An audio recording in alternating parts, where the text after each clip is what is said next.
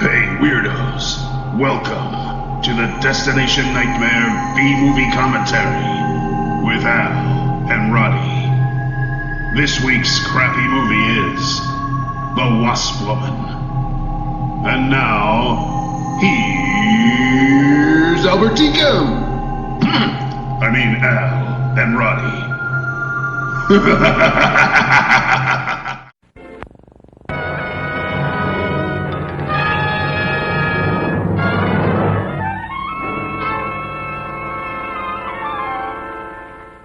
Supposing a more powerful form of royal jelly could be obtained. From the queen wasp, for example. Socially, the queen wasp is on level with a black widow spider. Oh, no. There might be danger. Those are my terms, Mr. Fincher. Janice Starlin will be your next guinea pig.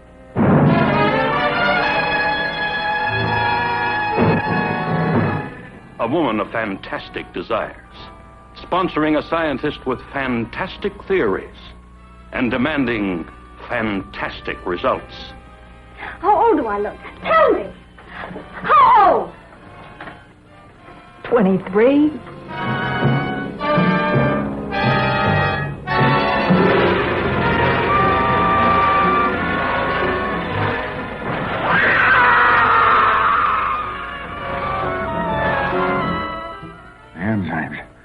The enzymes, they're going crazy. Miss Darling will kill her and tear her body to shreds.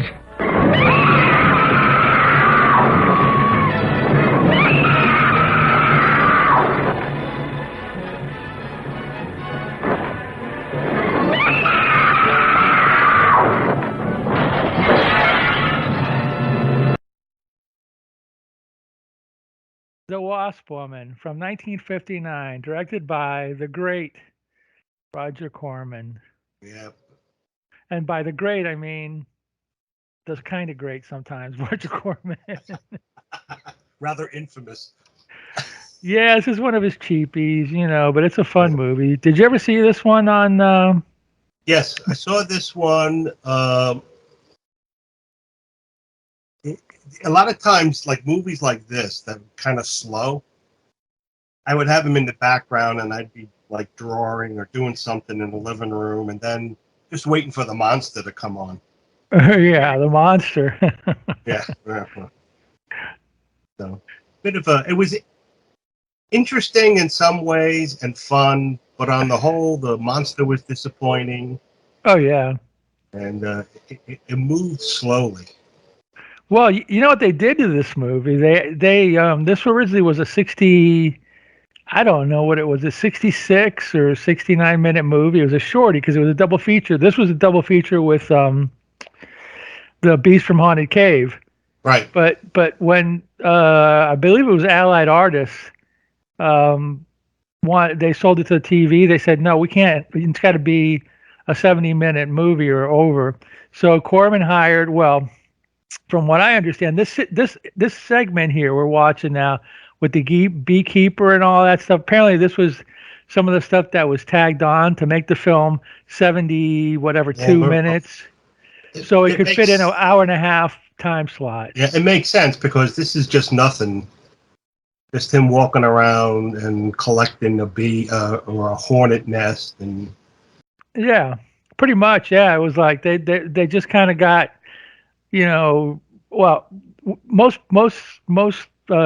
Most of the places I read said Jack Hill directed this footage. I was watching a Trailers from Hell with Joe Dante, and Joe Dante said Monty Hellman. Now, Monty Hellman was the guy who directed Beast from Haunted Cave, but most people say it's Jack Hill. But then again, Joe Dante was a worker was one of the film, was a Corman, acolyte or whatever. He worked for him. He was one of his guys or whatever. So I'd say it's probably Jack Hill, but at any rate. Yeah. Yeah, this is Michael Mark. Did you read about this guy? No, I didn't. This guy made like 120 movies, man. Really? About 90% of them uncredited. Wow. But you know what is... He looks like a good character actor. He would play scientists, shopkeepers, and You know what? You know what he's most famous for besides this, of course. No. He was the guy in Frankenstein who carried the little girl, dead girl. You remember Frankenstein, the scene where that's him. That's Michael kidding. Mark. But I looked him up. Everything was uncredited. Now, back then in the olden days, they didn't credit everybody that was in the movie. Right. So I don't know if he had a line or two or whatever, but usually they credited like 10 or 12 people in the movie. So, most of the stuff he did was like, but he's in the movie. I mean, I guess somebody must have gone through all his movies and like, just checked them off or whatever. Because if he wasn't on the credits, I don't know, unless he had like somebody got a hold of his, portfolio or whatever. I don't know to have a list of all the movies he did, because there's a ton of them. I think the last one he did was like, I think Funny Girl, a couple of Barbra Streisand movies, again uncredited. Wow, no kidding. Yeah, all the way from 1932 to 1969, this guy was making movies. I mean, there was a point where it kind of like died down a little bit, but but pretty much it was like in a tons of stuff or whatever. So, and this guy here, the beekeeper assistant, again, new footage shot in '62 or whatever. That's I'm not sure if this is the guy or not. One of the guys is the assistant. I'm not sure if it's him. It might be the other guy. Is Aaron Kincaid, who was he was one of these guys that was in in a lot of those beach party movies for AIP.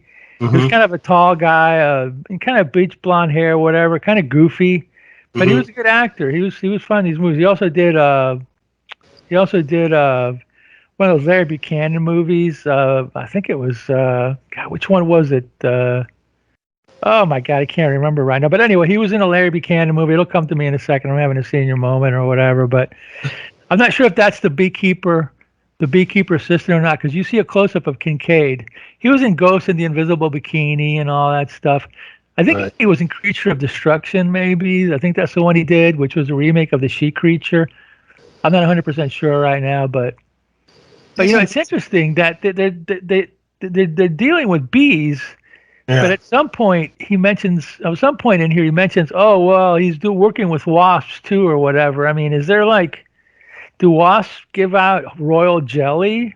I don't know. I thought of that too. I know like a queen. To make all bees are sort of the same, but if they get fed that royal jelly, they turn into a queen bee. So maybe it works the same with wasps too. I don't know, but this. And it's funny because this guy, I mean, the old guy's hired to do experiments with royal jelly, and he thinks he found a fountain of youth with royal jelly from wasps, and the guy who owns the company says, "We don't pay you to do that." Exactly. Like, this guy's making old people young, and you don't care. Yeah, well, he starts like he pulls the well, you're an old guy now, we'll just fire you, we'll just keep the young guy deal on. You know what I mean? That's Aaron Kincaid. I believe that guy in the white. That guy there? Okay. Yeah, he's Aaron Kincaid. He gets a close-up in here or whatever, but Kincaid actually went on to become a painter of some note, and he also did movie posters. Wow. For I think maybe one of them I think was the Best Little Whorehouse in Texas. Oh, yeah. That's Kincaid. I recognize him. That's Eric Kincaid. Now that guy there, I forgot what his name is. He was in the movie. I believe he's in the movie Bloodbath, and I believe he's one of the Beatniks. Bloodbath is an interesting movie too. We should watch one day, which is actually 4 movies in one. So we'll talk about that one day, because it's a mess of a story. But yeah, I believe that's him. Yeah, that's Kincaid right there. Yeah. Yeah, I recognize him now from the Beach Party movie. Yeah, I know. Yeah. I know definitely Beach. I know definitely Ghost in the Invisible Bikini. I know that one for sure. That's with Deborah Wally, right? Is it? Yep, Deborah Wally. Yeah, you got that right. Aaron Kincaid. Wow. Yeah, let's see here. He was in The Wasp Woman. He was in Spartacus, uncredited. Both these movies uncredited. Okay, then now it's when he starts the girls on the beach, beach ball, ski party, Dr. Goldfoot in the bikini machine, the wild world of Dr. Goldfoot, Ghost in the Invisible Bikini, and Cruise Ship Destruction. That's right. That's the one he did. Then he did some television, and then he did a few things here and there. Cannonball, Silent Night, Deadly Night, The Golden Child. Again, some of the stuff is uncredited, but you know. I remember hearing, I forget who it was, some actor was saying, he's talking about being a character actor. Mm-hmm. And he's saying, if you're a good character actor, you may be unrecognized to the general public, but you can make a real good living because you're in just a ton of movies. Yeah. And you work a couple of days a week. You're not going to get paid $1 million a movie, but No, you can still make a decent living, though. And if you get older, you can play different characters, Yeah. I mean, you don't, if you lose your, hunky movie star looks or whatever, you can always play, somebody's dad or granddad or grandma or whatever you want, Yeah, he's getting fired here now. Yeah, he's the guy's giving him the deal. Well, you're an old guy, and that's, well, I'm inventing this royal jelly thing or whatever, and he's like, nah. Now, the original movie has none of this, so it just cuts from the beginning. So Right. This is why the movie feels slow, because this whole stuff is just like. And on TV, I don't necessarily remember this part. Maybe you saw the short version of it. Maybe I saw the shortened version, which sometimes they would do on the Creature Feature. You would see the movie was only an hour, and then you'd watch it, and then afterwards. You'd have a PSA, or they throw on an episode of I Love Lucy, or Monsters We Know and Loved, or a little clip of a show they had, or something. Yeah, little clips, or one of those. And then they fade it out before. Yeah, they would fade it out before it finished, and you're like. Before it finished, yeah, you go, wait a minute, Yeah, there was one. I remember that Monsters We Know and Loved because, that's used in the new intro for this, but some of the clips, but. I remember they used to show it, and then there was well, here's Lon Chaney Sr. as a hunchback, and all of a sudden it's we're already on the hour. Let's fade it and get to the to Bonanza or whatever was coming on afterwards or whatever. I know on Channel 9 they used to have, I believe it was some sports. I don't know if it was Yankees or Mets. So they'd be showing a baseball game, and that would take however long it took. And then you'd have some guy come on and talk about the game, and then they'd have maybe 20 minutes to fill. So they'd put on part of an episode of Joe Franklin, or you'd see part of a movie, or sometimes if it was early enough, they say, "Now we join our movie already in progress." Yeah, right. Exactly. It's the first 15 minutes of a show or a movie or whatever. One of the worst ones, and my buddy can attest to this, is back in the 90s, maybe it was in the late 90s or early 2000, late 80s, early 90s, the local channel, South Florida, was play the Santo movie, the Masked Wrestler. We didn't have Santo versus the Phantom or the whatever. So I'm like, that's great. We both programmed for it, right? So when we get home, we were out looking for videos or whatever. When we get home, we go, okay, let's watch it. Well, guess what the local channel did? They preempted the first half hour for a car commercial. Ugh. For some Ford guy, Yeah. And I'm like, and then all of a sudden it's okay, that's done, cut. Well, here's the movie. A quarter of it's done or whatever. You're looking like, you son of a gun. That's what, in my area, MeTV, that's what they do. At 10 o'clock, I think it was Star Trek that's on, but they preempted it with a local news program. And oh, boy. No, they don't do that here. News talk show. I'm like, why do you do that? I mean, we already have a local news channel. Why are you showing more local news on a channel devoted to old television channel? Well, the thing is, if you get that friendly TV, you're not going to. They won't do that. Yeah. If you subscribe to friendly TV, they won't do that. Yeah. So I already subscribe to a couple of streaming channels, so it's again, you cut your cable, so you're not paying $200 or $300 a month And then if you start buying all these streaming channels, you're suddenly back up to like 200 or 300 a month. So you gotta kind of pick and choose. No. I figured out how to do it. I don't. I only subscribe to Friendly. I don't subscribe to all the other ones like Sling or anything like that. I mean, yeah, you're not going to get all the sports, and you're not going to get the local channels, but I cut it down pretty well. Yeah. I mean, I don't want cable TV. Yeah. So I just have internet and I stream everything. There's Tony Eisley there from Hawaiian Eye. And there's Barboura Morris there. She was a true Corman regular. All the movies she did was for AIP. Her whole career was for AIP. That's what I look. That's what I saw anyway. And there's what's his name, Rich William. Oh, there's Eisley again. He was in some real schlock, Tony Eisley, man. I mean, Hawaiian Eye is the one we know, but he was in like the Mighty Gorga, Dracula versus Frankenstein. There's this one that was only out on video called The Mummy and the Curse of the Jackal. Oh my God. Yeah, that's a bad one. But at any rate, so.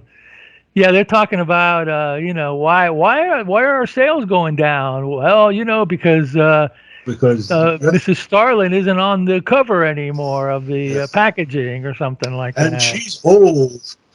Susan Cabot was only 32 years old in this. How old she didn't look that old. They put glasses on her and they put a little makeup on her. Glasses on and put some makeup around her nose to highlight the folds in her forehead and stuff. Yeah, I mean, it's just like, well, whatever. It's a Corman movie, so what are you going to do, Yeah. Yeah, Barboura Morris was married to Monty Hellman for a while, the guy who did the Beast from the Haunted Cave. Oh, okay. Yep. So she was like a Corman regular, and a lot of it was like in the 60s, Bucket of Blood. Let's see, what else was she in? I know she was in some of the whatchamacallit, beatnik movies. What was the other one? She did one with and I think Susan Cabot did it too. Yeah, she was in what's it called, Machine Gun Kelly or something like that. I think with what's his face?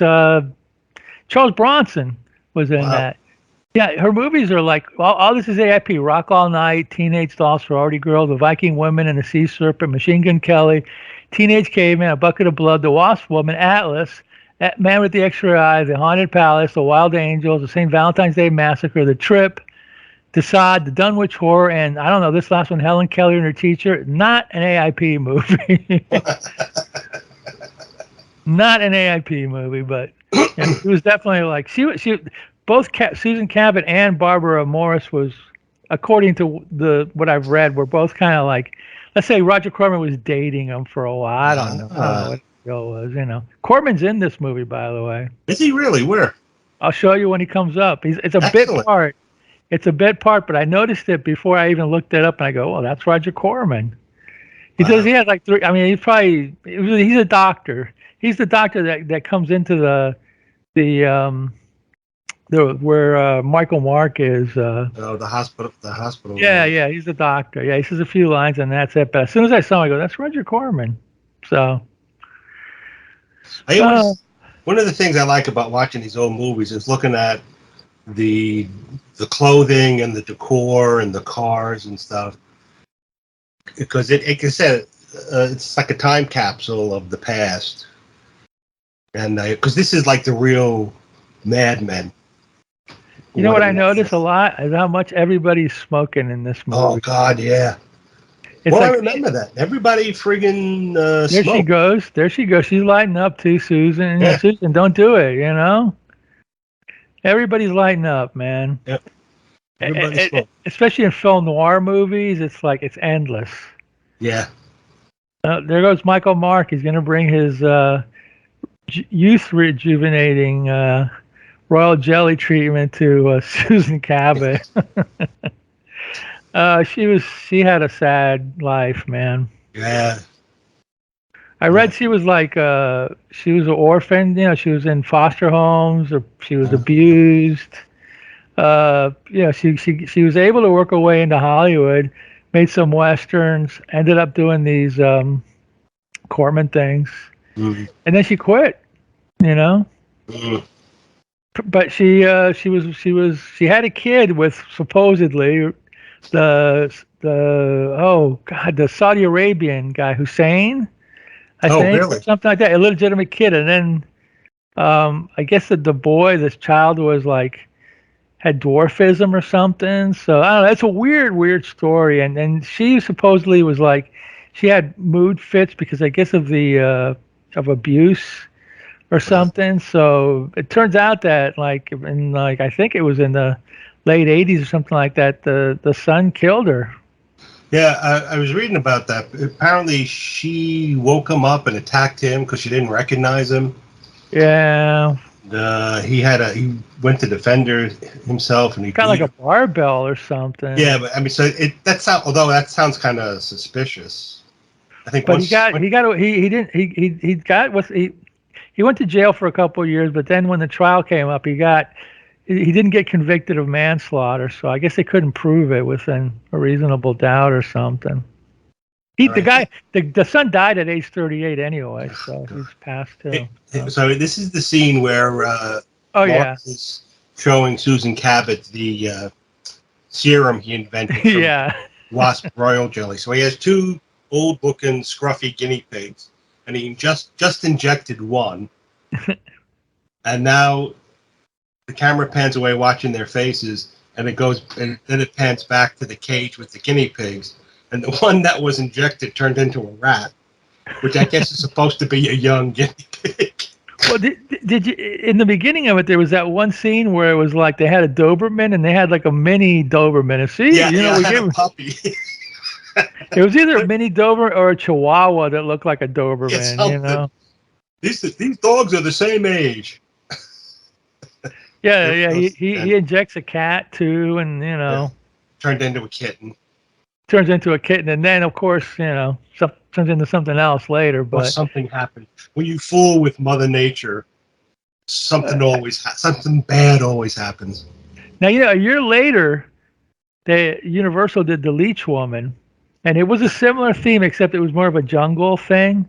Yeah. But I thought Leech Woman was first, but no, this one is first, and Leech Woman was the year after. So and then they did a remake of this, uncredited. I think it was wait a minute. Let me get that straight. Roger Corman did a remake of this like in the '80s for I guess it's some sci-fi channel show called Roger Corman Presents, and they did a update of it with Jennifer Rubin in this role. But I read that they did another B movie remake called Rejuvenatrix.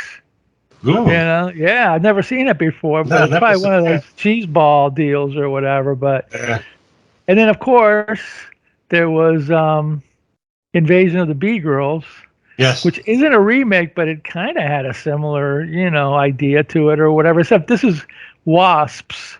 Yes. No, that was bees. But bees are involved in this. So I don't know. I'm confused. Yeah, totally. Wasp. Totally different movie. Totally different movie. Now the Bee Girls is a let's just put a sexier movie. Let's put it that way. There's some nudity in it, and Will Smith's in it. Victoria Veter's in it. The Bee Girls have sex with guys until they're utterly exhausted and died. Yeah. That's a good movie.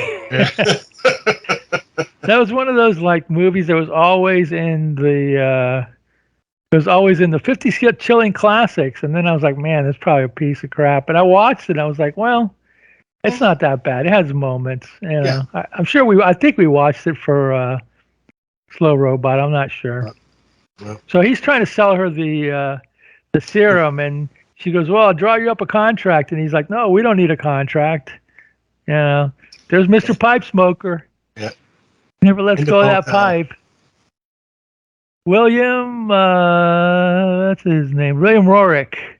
He didn't do a lot of movies, but he did a few movies. He did a lot of Broadway.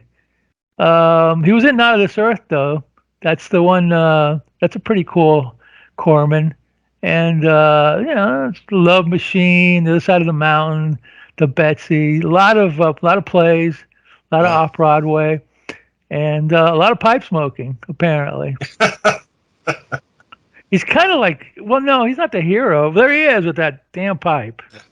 He's one of the well, you need some guys on the good side who have to die. Well, when in Beast from Haunted Cave, wasn't Michael Forrest? He was constantly smoking a pipe in that. Yes. Yeah.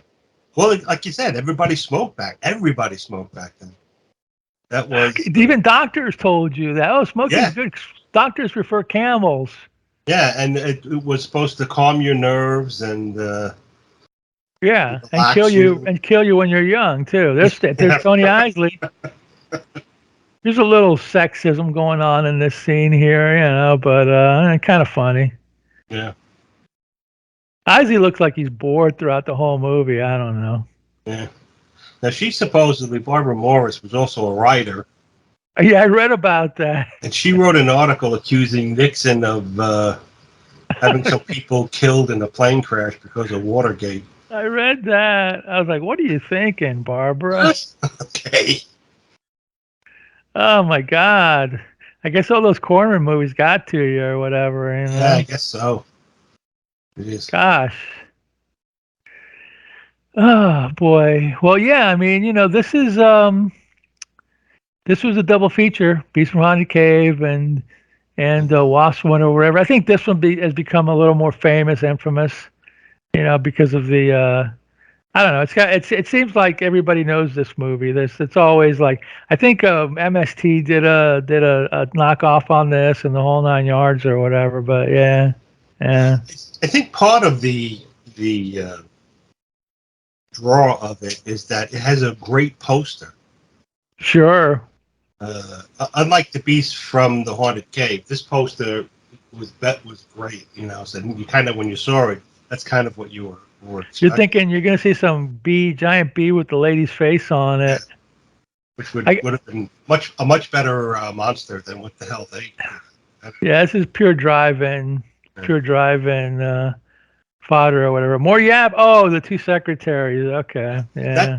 The brunette secretary is Lynn Cartwright.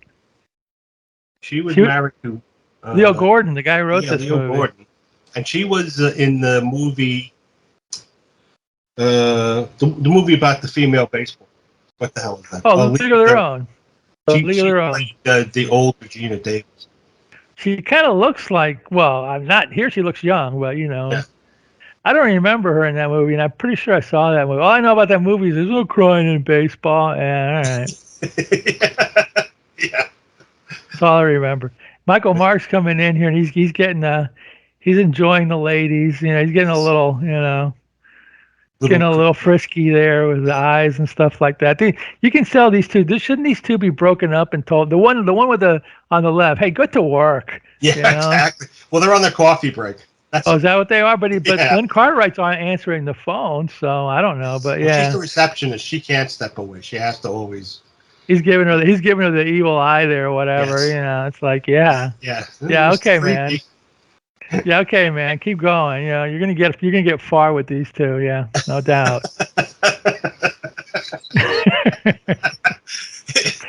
Give him some royal jelly. Yeah, exactly. Yeah, I wonder why he never took any of the royal jelly. He's smart. That's like he's a true scientist. I ain't taking this. You do it. Yeah, exactly. You be the guinea pig, not me. I'm too smart for that. So, yeah, Leo Gordon, man, he was like a big tough guy in these movies. I read about him. He robbed a bank or something. He got shot. He did like 5 years in San Quentin, and then he cleaned up and did tons of movies and television and wrote. Wow. Yeah. Wow. Yeah, he was always the tough rancher. Mean-looking dude, man. Yeah. Mean-looking dude. Yeah, we forget. I mean, when I was a kid, Westerns were... Oh, yeah. They were all over the TV airwaves. That was like the main thing. Yeah. Westerns until maybe in the late 60s or the 70s. Yeah, then suddenly it became doctors. And cops. And cops. And sitcoms, and variety shows. But I mean, there were still westerns, but Not all the like- stuff in the '60s. Yeah, right. Not like it was in the Not like '60s. this. And then, of course, there was always the one or two shows where you had the journalist who was fighting for the little guy and who was altruistic. And, Yeah. Ton of cop shows, though, man. The cop shows all replaced the westerns. From Yeah. Columbo to Police Story to the Hill Street Blues to the Rookies, you name it, Kojak. What? Adam 12. Adam 12. Dragnet was cool, but Dragnet was 60s. Adam 12 was 60s too, but I think it might have gone into the 70s. But I mean, in the 60s, you had Rawhide, you had Wagon Train, you had the Virginian, you had Tales of Wyatt Tales Earp, of Wells Fargo, Death Valley Wagon Days, Train, Have Bonanza. Travel. It was endless. Yeah. All gone by like late 60s, pretty much. You know what else they got rid of in the late 60s was the country shows like Beverly Hillbillies and Petticoat Junction. Yeah, Fred Silverman came in and said, "Okay, enough of these country shows. We're going Norman Learville." Ugh, that's why the 70s suck. Kind of. At least sitcom wise. Yeah, because the Beverly Hillbillies was still really popular. It was. Petticoat Junction was popular. Green Acres was popular. All those shows, and they just pulled the plug on them. Yeah. Well, look, they had hits with the quote unquote stupid Norman Lear shows or whatever, but I watched them. I don't watch them anymore. No. But I watched them as a kid because it was like only 3 channels. You know what I mean? So yeah, and that's all that was on sometimes. You couldn't really watch, and also back that time, usually had only one TV. So if your parents were watching something, that's it. You're just hoping they go to sleep. Go to sleep so I can watch my TV movie or whatever. Yeah. Well, Susan Cabot had her first hit. It's almost like she's a junkie with this stuff. She got her first injection of it, and she's waiting for it to happen. Yeah, she gets impatient. So when am I going to get younger? And he's like, well, we're going slow with it because you don't want to OD on this stuff or whatever. We don't know what's going to happen. So buzz. So. And he just developed a super concentrated form to move things quicker. Yeah, to move things quicker and stuff. Some of this colorization is weird. It's like it's not the best. No. He looks like he's going green, like he's a cadaver or something like that. So I wonder if this was done by a computer. I think this is done by not a super pro company. I think this might have been done by a fan or something. I could be wrong though, or it could have been a very early colorization. Yeah. Well, what happens is that pink color on their face, when it starts to fade, it gives it a greenish, feel to it or whatever. I've seen colorization way better than this. Like I have a Plan 9 from Outer Space that they colorized like 10, 12 years ago. It was really good. Wow. This, when he's right now, he's behind some glass tubes and things. He's turning gray. Kind of, yeah. Yeah, when he moves. Yeah. She's like impatient. She's like, come on, man. I want to get young again. I want to sell some Susan Starling or whatever her name was products. Yeah. Our sales are down. She does look a little young. A little bit. Yeah, like they wiped some of the frown lines off her or something. I don't know. Secretary Snoop. Oh, Barboura Morris. Yeah, the board and the secretary, they're worried about her because they don't trust Marks. They think he's a quack and taking her for her money. Because she doesn't look that much different yet. Right. At some point, they go, "Wow," mainly meaning she took off her glasses and she took off her old lady makeup, and now she's young again. But what are you gonna do? That's a big thing in movies. A lot of times somebody who's supposed to be ugly, they wear glasses, and then like when they and no makeup, and then when they make them pretty, suddenly they have no glasses on and exactly. Exactly. There wasn't there like some some soap opera called Ugly Betty or something with glasses and all that, and Yeah. like yeah, no, you're right. I can't think of the movie that did that, but yeah, it was like one of those beach party movies or whatever. It's like at the end.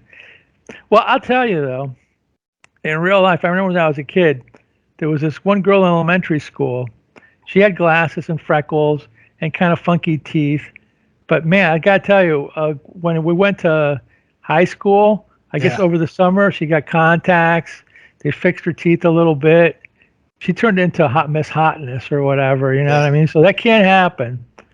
But yeah, I remember in like 7th grade, coming back from the summer, there were a bunch of girls who were, kind of plain and regular looking, and during that summer, puberty hit, and suddenly they looked a whole lot different, and you're like, holy friggin' Toledo. And of course, all the guys, they didn't really mature that much. This one girl I remember, it was in 8th grade, 7th and 8th grade.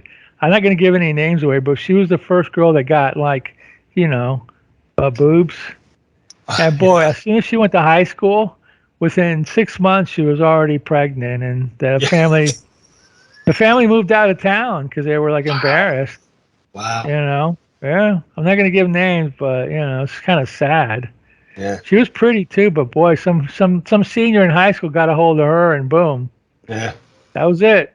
Didn't marry her either, from what I understand, but I don't know.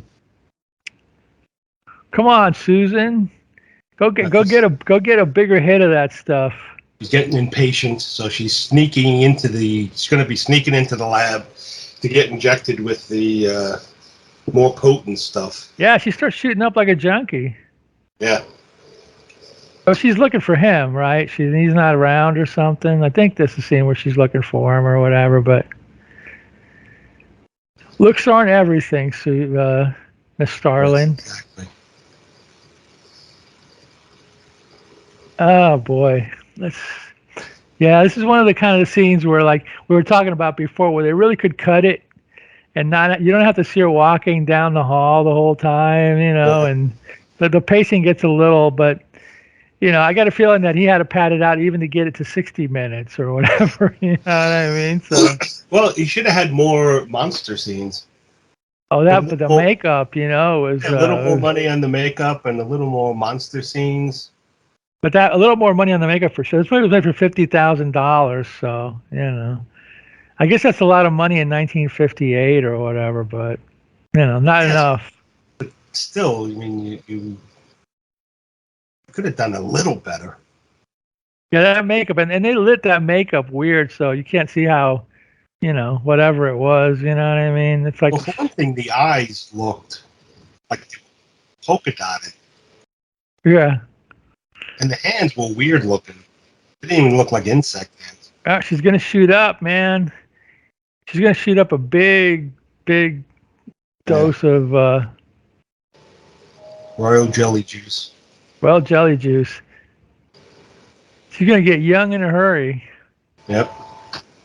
See, I thought originally when I watched it, I thought that what was gonna happen, because this what happened in the leech room, is he was gonna, get the serum. When it wore out, she became old and withered or whatever. Sue just turns into well, let's put it this way: the movie The Fly came out a year earlier, so Yeah.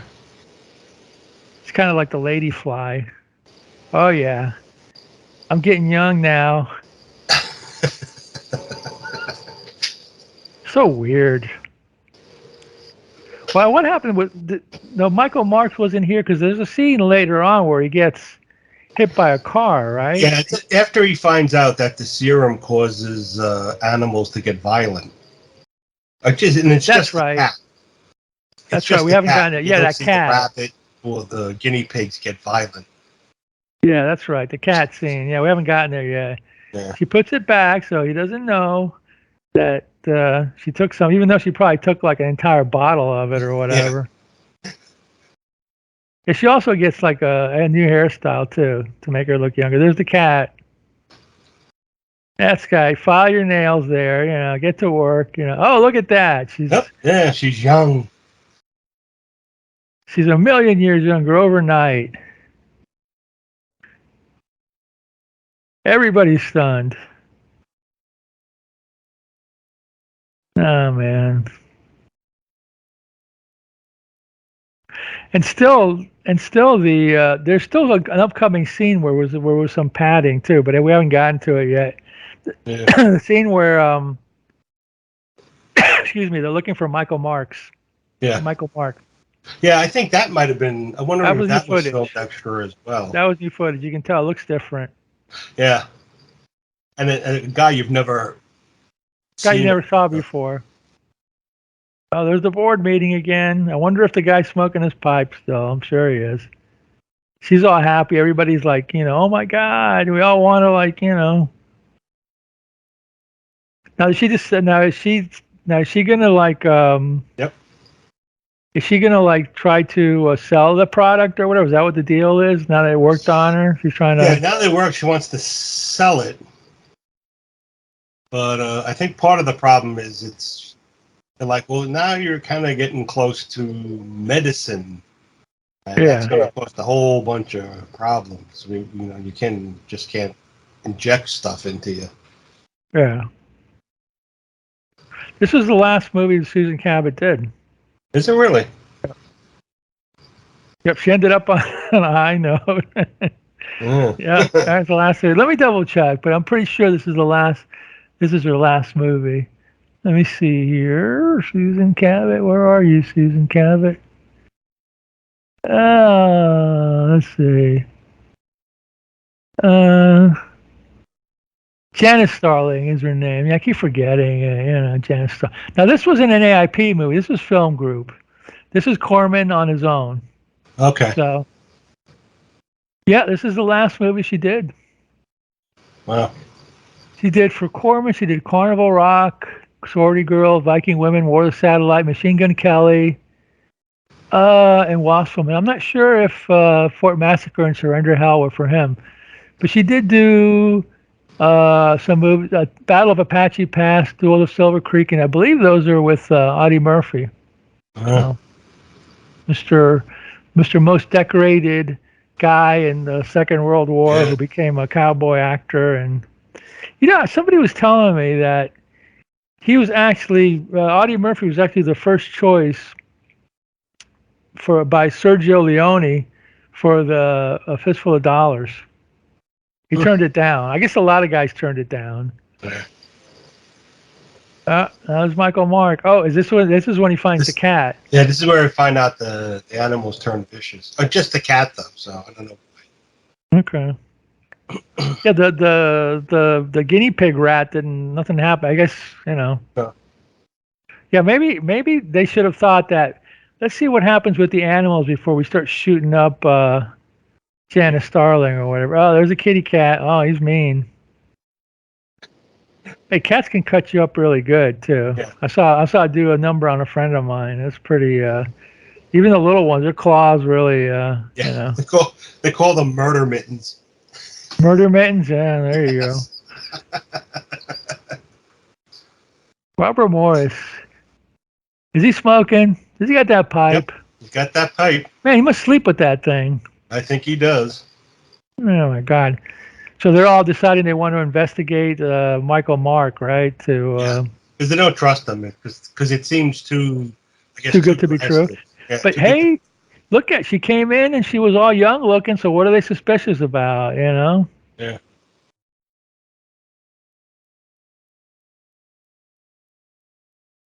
He did a lot more movies after this, but of course uncredited, most of them, and television. Now, this is an odd scene because, all right, he's in shock, or I mean, I don't know, I don't understand why he's walking out like that. Yeah, it's almost like he's drugged or something.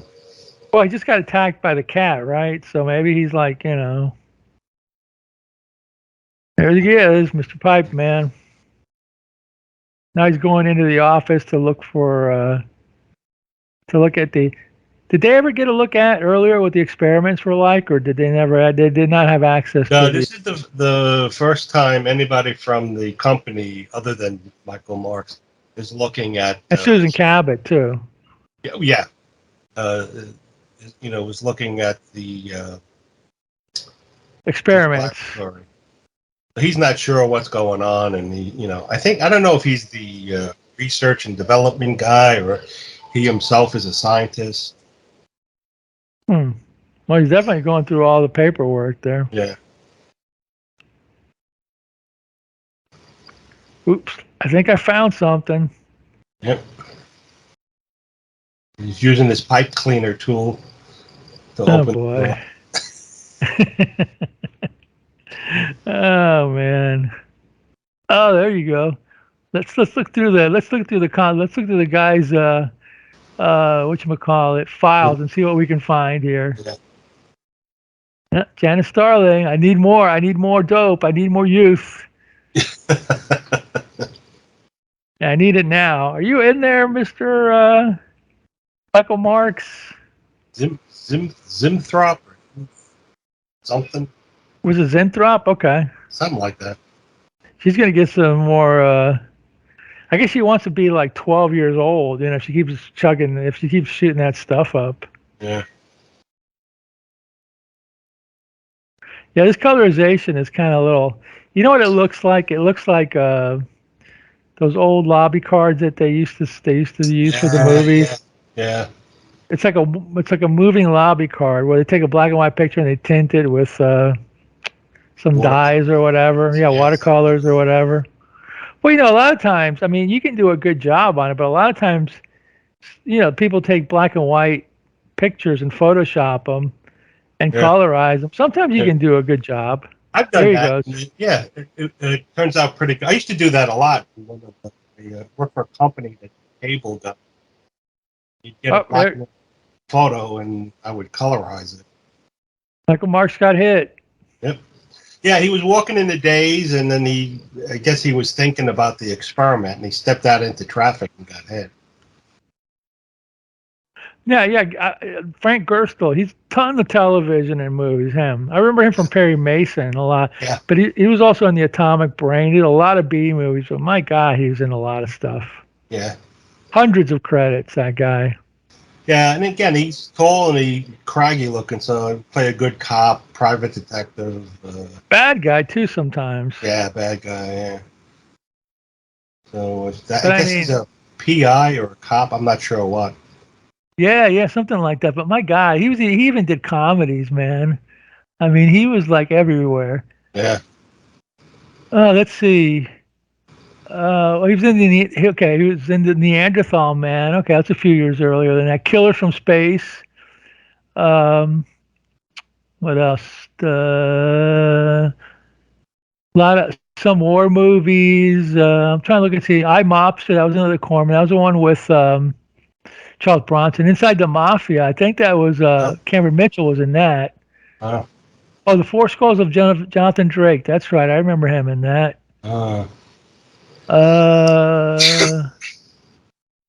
Shot Corridor. That was it. He was in Shot Corridor. That was an interesting movie about a Monstrosity is Atomic Brain. That's the really cheesy one that he did. But Shot Corridor was one of these ones where that was a Sam Fuller movie where a reporter went into insane asylum to try to do a scoop, and then he ended up getting like drugged up and almost made crazy or whatever. Oh, he was in The Silencers with Dean Martin and Murderers Row. Wow. That's where I saw him recently. Because man, one of these Roku channels plays those movies all the time. Yeah. Oh shoot, the last movie he did was the Christine Jorgensen story. Oh my God. Relevant for today's world, that's for damn sure. Yeah. But he was in everything, man. He was in Alfred Hitchcock Presents. Let's see. The Millionaire. Wow. Steve Canyon had a TV show. I didn't know that. Wagon Train, Wells Fargo, Mike Hammer. Have Gun Will Travel, Leave It to Beaver. You name it. The Untouchables, Peter Gunn, Bat Masterson, Andy Griffith. 77 Sunset Strip. God, he was on Jack Benny too. Wow, everything. Yeah. Lawman, Cheyenne. We're just up to 64, so it goes up to 70. The Green Hornet. Wow. Well, he had the look. He was a big, tall guy. He's like I said, craggy. He could fit into a lot of different backgrounds. He could be a scientist, a banker, a cop. He was on the Banana Splits Adventure Hour. 8 episodes as Rasim. Wow. Jeez. He was the voice of Blastar in the Fantastic Four cartoon from 67. Wow. Mannix. Last thing he did was Mannix, pretty much. So,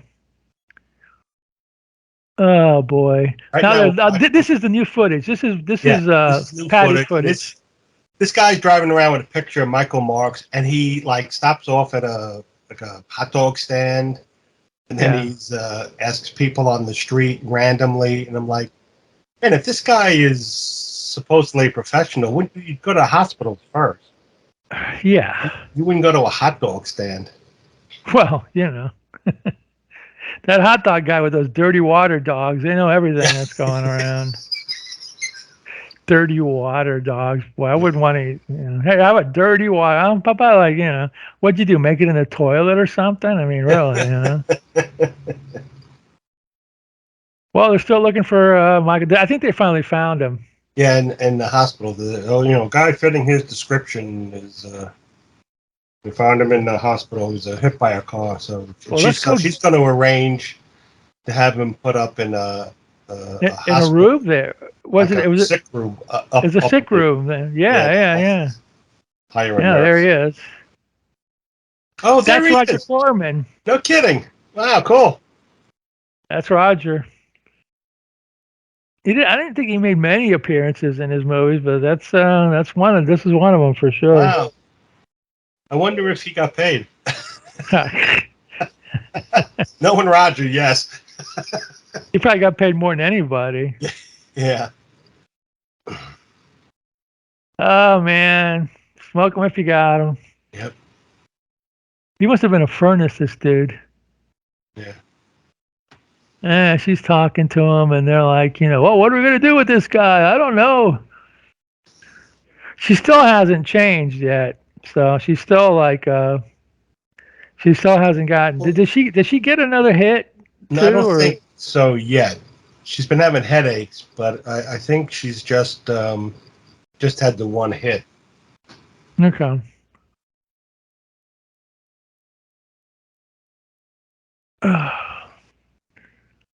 Yeah, it's too bad that she couldn't keep going and make more movies, but I guess if she was having problems. Yeah. She was a good-looking woman, and she was a decent. Oh, there she goes. She's getting another hit. She was a decent actress too. Yep. It's a shame. Yeah. Yeah, this is the final. This is the one that gets her. That gets her all freaky. I've never seen the remake. I just I wasn't interested. Corman remade like 5 or 6 of his movies, and I just didn't. It was their 80s or 90s, and it was just like, well, the effects are going to be better, but they're not going to have the same charm as these movies. Yeah, exactly. Yeah, there was a company called Creature Features that was doing like remakes of some older movies, and they lacked like you said, they lacked the charm of the originals. The effects were better, but big friggin' deal. Yeah, it's rare that remakes back in the 30s and 40s maybe were better than the originals, but ever since then, I mean, I don't know. Oh, they found the formula there. Yeah. Something's going to happen now. Yeah, Mr. Pipe Smoker breaks into the lab, and I think this is. Yeah. Yeah. There she is. Hey, what's that? Oh my God. It's a beatnik. Was he going to beat her over the head with his pipe? No, I think it was a mini. Was it like a little hammer or something? She bites him or she's like vampiring him. That's Bruno Vissoto. That was the guy from Attack of the Giant Leeches, the husband. Yes. Also in tons of television and movies, and directed a few movies too, including Attack of the Giant Leeches. So he gets a bit part in this. Yeah. Yeah, so that was the first time we saw the Wasp Woman makeup, and it's pretty. They hide it pretty well, so you don't see the seams or whatever, you know. But it's not very good.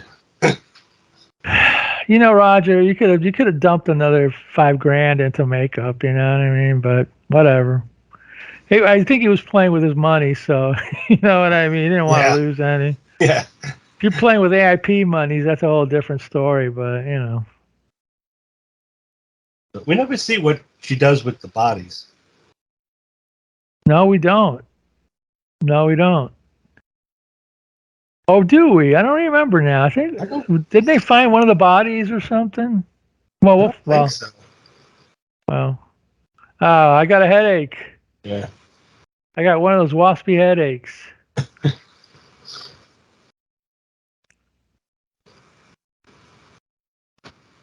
She was in a movie with the longest title of all time, The Viking Women and Their Search for Something in the Sea Serpent or whatever. It's an insane title that wouldn't even fit on a marquee.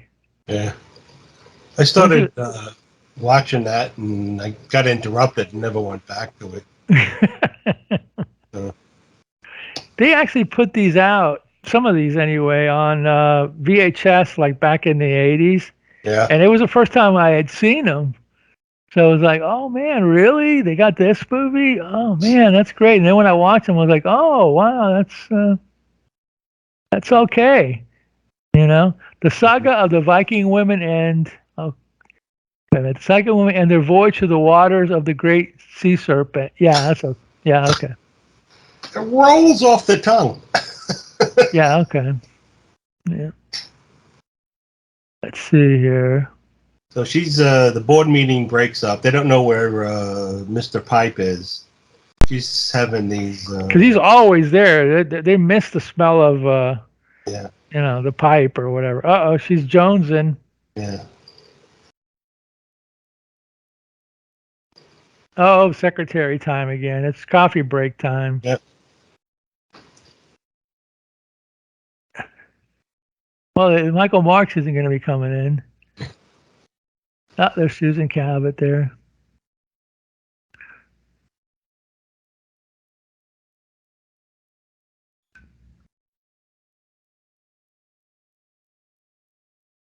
Yeah, this is when the film starts to slow down a little bit. You know, you're like, okay, all right. You know. Yeah, there's some funny dialogue between the secretaries and or the receptionist or whatever the hell she is. Yeah, the comic relief or whatever. Yeah. I don't know, but.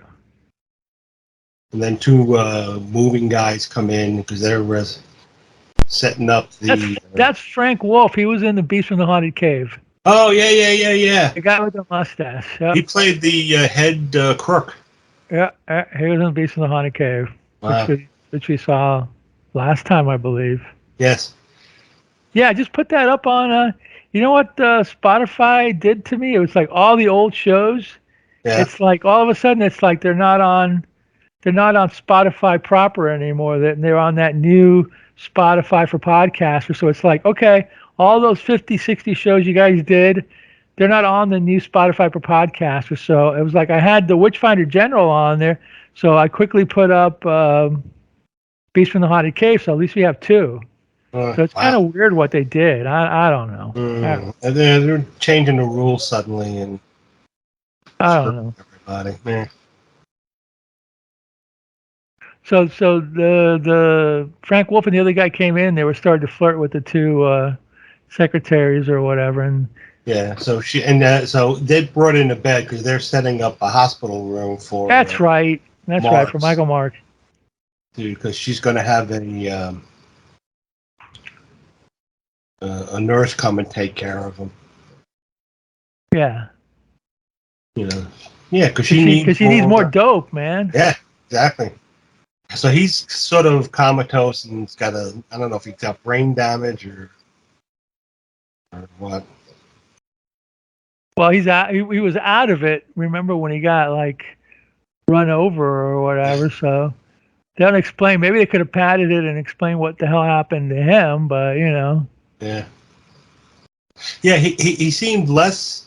I'm assuming that he was distracted by what went wrong with the experiment. Yeah. Okay, that's a good But assumption. it looked more like he was drugged or in some kind of coma or stupor or something. I don't know. Dr. Eric Zinthorpe is his name. We'll just, Dr. Eric Zinthorpe. Not easy to say either.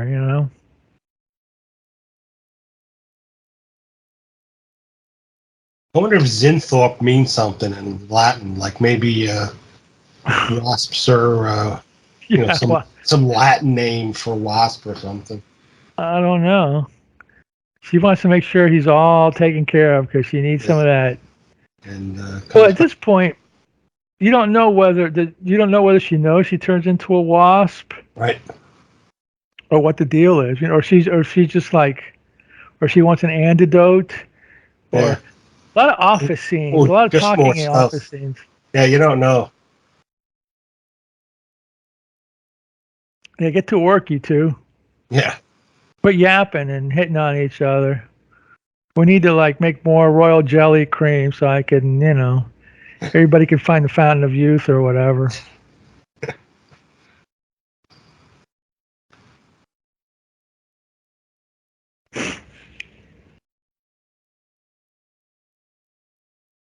Yeah, Eisley, man, he did so many goofball movies. Let me see if I can find his listings or whatever. They're it's amazing how much he did. Let's see here. Mighty Gorga, The Witchmaker, Navy versus the Night Monster, Journey to the Center of Time. Oh, he did. I forgot he was in Three Nuts in Search of a Bolt. That's like a sexploitation thing with Mamie Van Doren. Lightning Bolt. That's a spy thing. The Tormentors. Yeah, that was a biker movie. Oh, he was in the Doll Squad, which we watched. Really? Oh man, I forgot he was in Monstroid. Oof, that's a bad movie. Evil Spirits. I think that might be a Farrell and Ray movie. I'm not sure. That movie, Monstroid, that was like a movie that was made in the '60s, but they ran out of money, and then they I think they put it out in the '80s. Kenneth Hartford, I think, was the infamous producer of that. But the reason I remember that movie is because back in I don't know, '82, they used to have the Elvira TV show on. Yeah. It was syndicated, right? Yeah. So it's on, and she hosted Monstroid. So I'm like, okay, I watched it. So after the show is over, the late night host shows up, and the first thing he does, he goes, "Did you see that on the Elvira show?" And I'm like, thinking to myself, what? And he goes, "I think she was being a little naughty." And it's like, okay. And he goes, "Do we have?" And then he goes to the camera, "Do you have the freeze frame?" So basically, when she's introducing the movie at the beginning, she goes and sits in the chair, and her legs kind of go up a little bit, and he was claiming that you could see her lady part there. Yeah.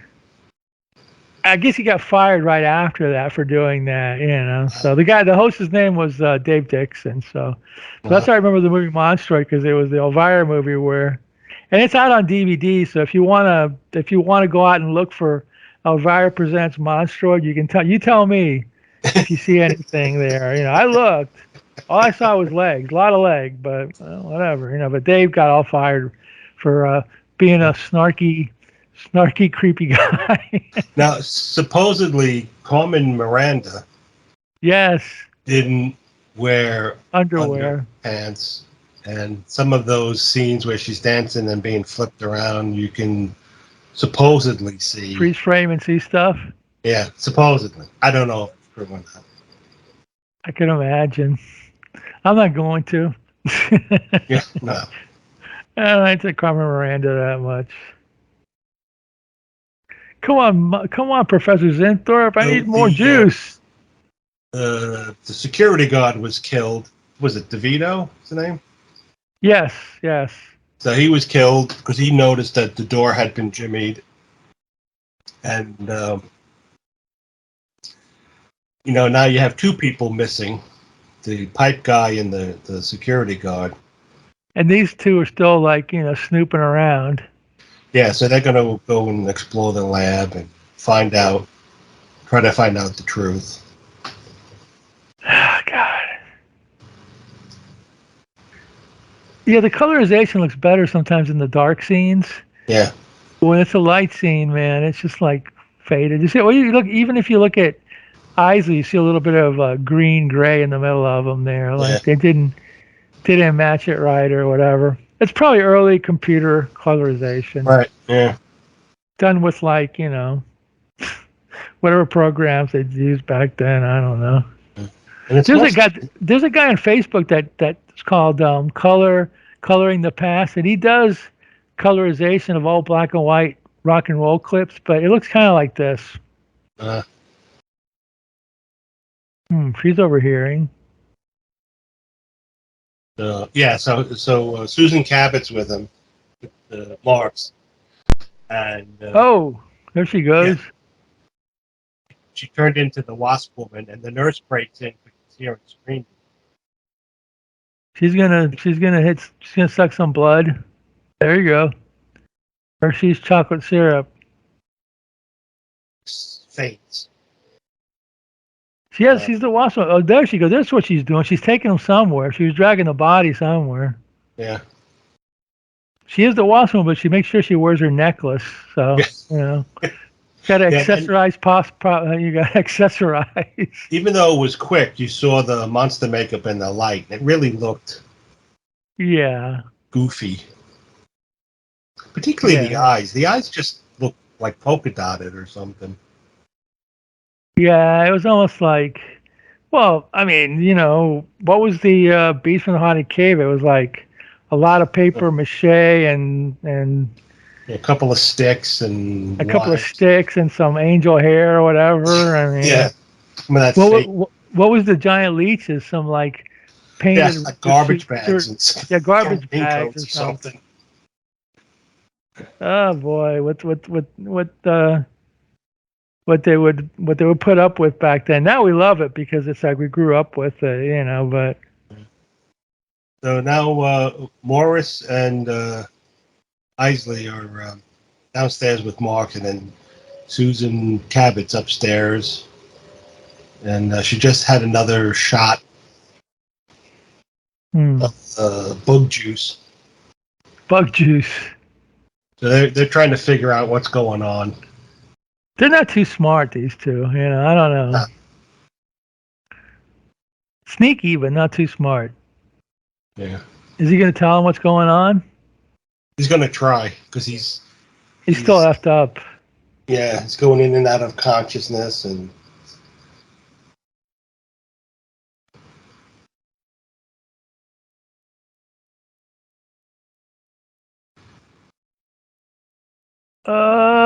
So he's saying that Susan Cabot's in danger, but they think because she's going to be attacked, not that she's the bug lady.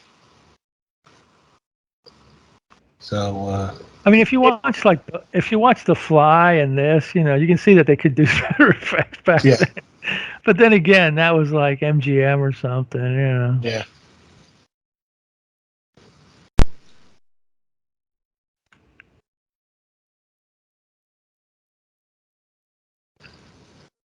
Oh man. Well, at least this was a change from the. At least this was a Corman one. What was that one that he did? Was it the Creature from Haunted Sea or something like that? This one at least has a monster. Yeah, they did some real cheeseball ones back then. They're funny though, but it was one a little better. I think it was him that the thing was on the bottom of the ocean. It looked like a giant iguana, but like a really bad monster suit of an iguana. Was it the monster from the? Oh, you really see it a lot. Yeah, what was that? Oh God, I can't remember it right now. I know which one you're talking about. It was the movie I got stuck in my head is The Monster That Challenged the World, but it wasn't. It's something like that or whatever. Yeah, some radioactivity. Yeah, we'll figure it out. Yeah, we'll figure it out. All right, so this is near the climax of the movie. The secretary runs up because they think Susan Cabot's in danger. They're going to warn her. They're going to have to call the police. And The monster from the ocean floor or something yeah, like that. yeah.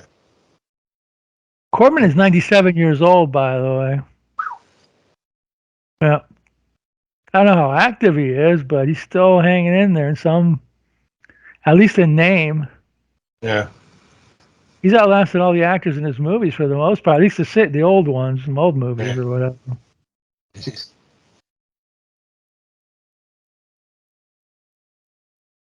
So this is where the old guy, Marx, tells Eisley that the girl, the secretary, is in danger because Susan Cabot's the monster.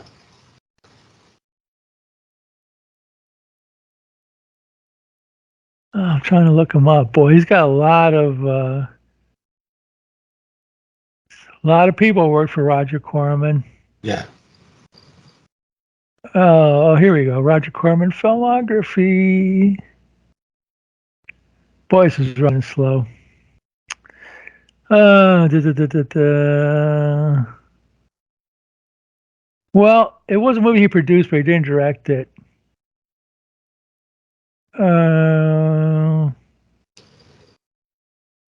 If I know which movie you're talking about, it's from the ocean floor or whatever, you know. Uh-oh. Monster from the Ocean Floor. Yeah, right. Wyatt Yeah. Ording directed it. Yeah, that was it. Oh, she's turning into the bee girl again, or Wasp Woman, or whatever. And then the secretary, all she does is sit there, puts her hand in her face. I love this part because he grabs the vial and it's handwritten, you know. Well, you'll see it in a second. And it's like, really, you guys couldn't get a better, you know. You had to put some tape on it and write. Well, we'll see. We'll show it. Well, you'll see. Is it Eisley who throws it, or is it Zinthorpe, I think it's the doctor? Marx, just before he dies. Now, Susan Cabot, when she kills everybody else, she kills them right then and there and sucks their blood. But for some reason, when she goes to kill the secretary, Barboura she Morris. takes it to the lab to kill her, I guess. Like, wait a minute, why? See more padding. Oh, let's go. Oh no, I'm sorry. We're building tension here. Okay. Oh, did she kill Barboura Morris there? She's dragging her body, or She's just dragging the body. She hasn't killed her yet. That's what I mean. Like everybody else, she killed in place. ta-da! Yeah. So now he's fighting. Eisley's fighting. Susan Yeah, let's throw a chair at her. Yeah, the Wasp Woman.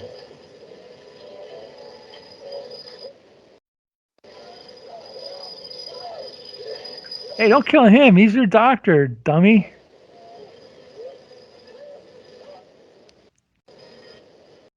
Let me get some. Oh, let me hit you with the chair. Ooh.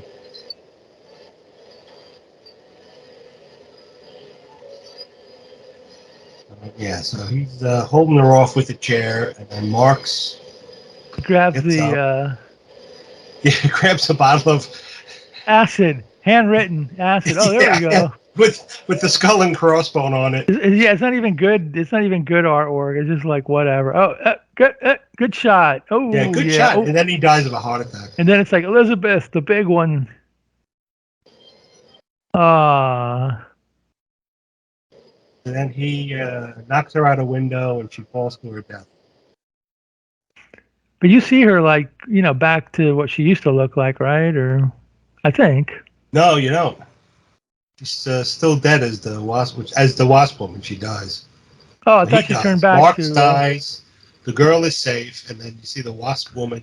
That's just like some weird ass. Yeah, she does change. She does turn back to Susan Cabot. Oh, no, she doesn't. Oh no, she doesn't. Just goes back to bees.